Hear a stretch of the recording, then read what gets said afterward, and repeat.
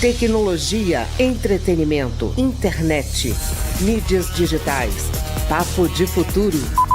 Com Beth Veloso. Bom, à primeira vista, a internet parece ser igual para homens e para mulheres. Não, afinal é um espaço teoricamente neutro, né? Mas o programa de hoje vai discutir por que elas, e não eles, são as vítimas, por exemplo, dos deepfakes. O que são essas deepfakes, na verdade, e quais são os fatores que levam à objetificação da mulher nas redes sociais em pleno século XXI. E no final, é claro, vamos falar também sobre a responsabilidade do Estado e das plataformas para combater esse problema. Tudo isso eu vou jogar para cima da consultora legislativa Beth Veloso, que vai nos explicar tudo. Não é, Beth? Tudo bem? Bom dia, Márcio, e bom dia também os ouvintes da Rádio Câmara e toda essa rede maravilhosa de emissoras públicas que o Márcio mencionou agora há pouco. Então, você sabia que o deepfake, ele é uma forma de pornografia falsa, mas é pornografia? Alterar imagens para fazer uma nudez forçada, forjada, também já é um crime previsto no Código Civil. Você sabia disso? Com pena de detenção. Você também sabia que as mulheres, e não os homens, são as maiores vítimas dos deepfakes ou deep nudes? O que fazer quando isso acontece? E como evitar você ser vítima dessa manipulação de imagens na internet? Embora a gente não tenha respostas, Márcio, porque são questões muito complexas, eu posso abordar aqui alguns pontos que eu considero bastante importantes. Por exemplo, se a gente vai discutir posturas e condutas, comportamentos na internet, isso é um pouco delicado, porque a gente acaba sendo chamado de... É um campo completamente minado. A gente acaba sendo chamado, de alguma forma, de moralista, né? Machista. Se eu digo, por exemplo, para as mulheres não postarem fotos insinuantes, a internet vai dizer que eu estou aqui reforçando, perpetuando um padrão machista de comportamento. Se eu, por exemplo, advogo por uma postura, que a gente tem uma postura mais conservadora na rede, eu vou ser chamada, como eu falei, de moralista. E se a gente sugerir que você não tenha um perfil público, você vai estar minando o potencial, digamos, democrático e aberto da rede, libertador da rede. Pois é, Beth. Agora, o recente incidente naquele colégio no Rio de Janeiro, Colégio Santo Agostinho, destaca justamente esse uso inadequado da tecnologia, né? E isso mostra para a gente a importância da gente aprovar, discutir aqui no parlamento e aprovar legislações para garantir o uso ético da tecnologia. Em primeiro lugar, protegendo, né, a privacidade e a dignidade das pessoas, né, especialmente de crianças e adolescentes, como foi esse caso específico nesse colégio, não? Exatamente, Márcio, porque dignidade, privacidade, proteção de dados são assuntos que parecem muito abstratos, né? Muito pouco tangíveis. Mas a gente olha isso na internet e a repercussão que isso leva às vidas das pessoas, né? O indivíduo. A gente vê a repercussão na mídia, aquelas crianças completamente desesperadas, quer dizer, imagina isso acontecendo dentro da sua vida. E aí a gente volta para a empatia virtual, que falta muito na internet. E eu fui buscar com a doutora Vera Iaconelli. Ela é psicanalista e ela é autora de inúmeros livros. A gente bateu um papo muito interessante sobre o colapso da maternidade e acabamos nos estendendo também sobre os riscos da internet, sobretudo para a infância e a adolescência, que é um tema que me mobiliza profundamente. E exatamente a possibilidade, a necessidade de debater como a gente responsabilizar as plataformas digitais por uma violência e por uma pornografia explícita. Então, a partir desse papo com a Vera, eu acredito que eu posso contextualizar essa pornografia de mentira não como um fator isolado, mas como um reflexo de uma sociedade que traz justamente esse machismo estrutural e que desvaloriza não só a mulher, mas que desvaloriza, Márcio, as virtudes da própria sociedade. E esse machismo que é alimentado sobretudo com a impunidade na rede. Por isso a gente vai ouvir a doutora Vera Iaconelli sobre esses assuntos. Vamos ouvi-la. Se a gente imaginar que a internet amplifica, mas também produz, ela não só amplifica, mas ela junta pessoas que talvez nunca se unissem. Então, ela amplifica discursos conservadores e cria novos discursos conservadores, e a nossa sociedade, a sociedade brasileira é extremamente conservadora, né? A gente vai ver que a internet, ela potencializa o pior, né? Então, para cada pessoa que pensa na justiça social, tem, sei lá, centenas de pessoas que vão lá e dizem, não, mas veja bem, isso é bobagem, isso é mimimi, tem nada a ver, né? O lugar da mulher... Porque na internet, por exemplo, você não tem a defesa do Estado laico, ali são todas as pessoas, e as religiões, e as crenças, né?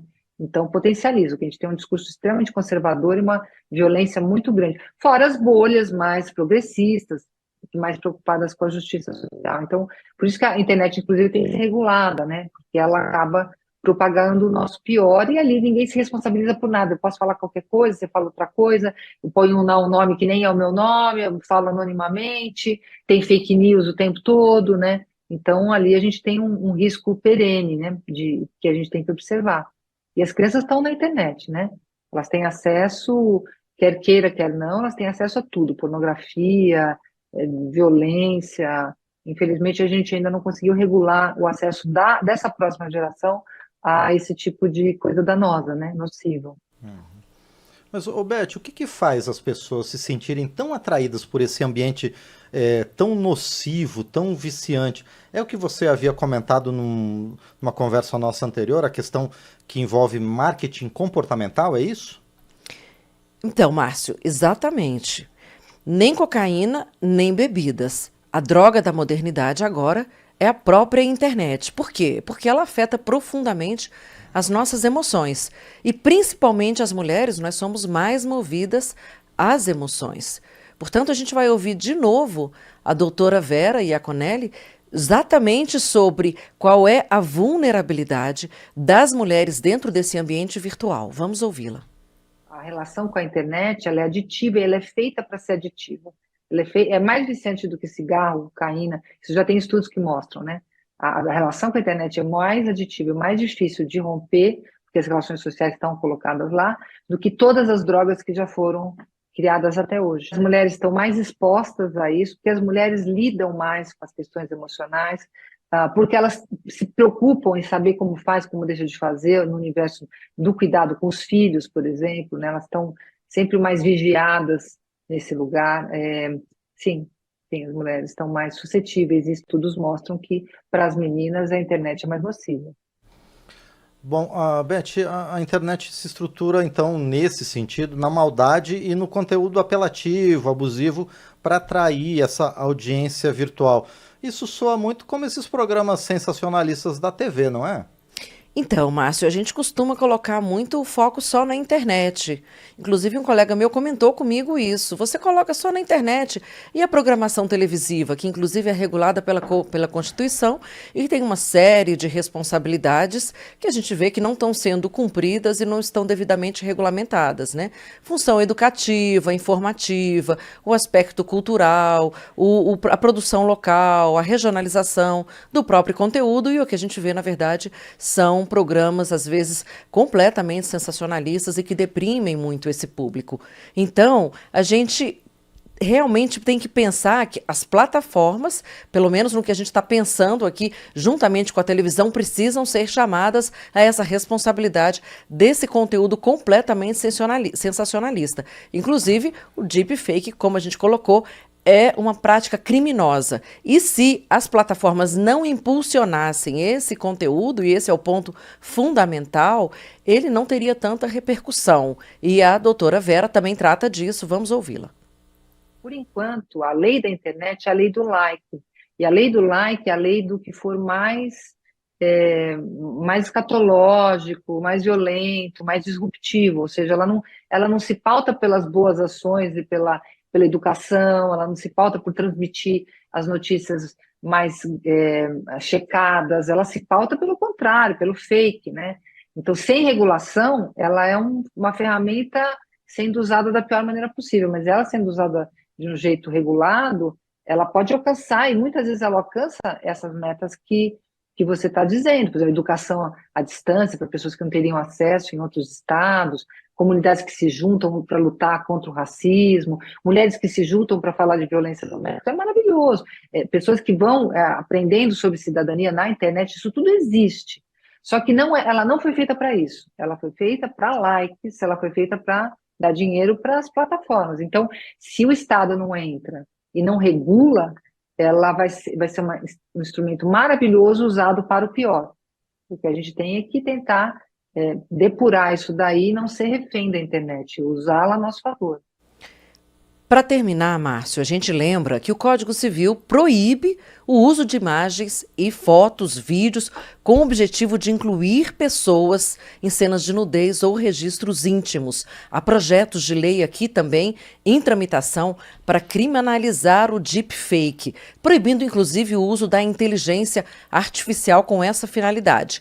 No entanto, eu ressalto aqui que o problema não é a tecnologia, mas sim as camadas complexas da internet e de que envolvem também esse assunto, ou seja, a impunidade na rede, a omissão do Estado em regular esse assunto, a falta de limites nas famílias de uma geração que não suporta a frustração e acha que pode tudo e, sobretudo, a ausência de diálogo nas famílias sobre o mal que a violência e a pornografia provocam na internet para as nossas crianças. E eu termino aqui o nosso programa com essa reflexão super importante. Perfeito, Beth. E eu, como sempre, também convido você a participar do Papo de Futuro, mandando a sua sugestão, a sua dúvida, o seu questionamento. Mande um e-mail para papodefuturo@câmara.leg.br ou uma mensagem para o WhatsApp da Rádio Câmara, cujo número é 61999789080. Por enquanto, então, agradeço a você, Beth, e a gente se encontra na próxima semana. Exatamente, o recadinho. Vamos pensar antes de postar. Crime não dá, gente. Postar crime não dá.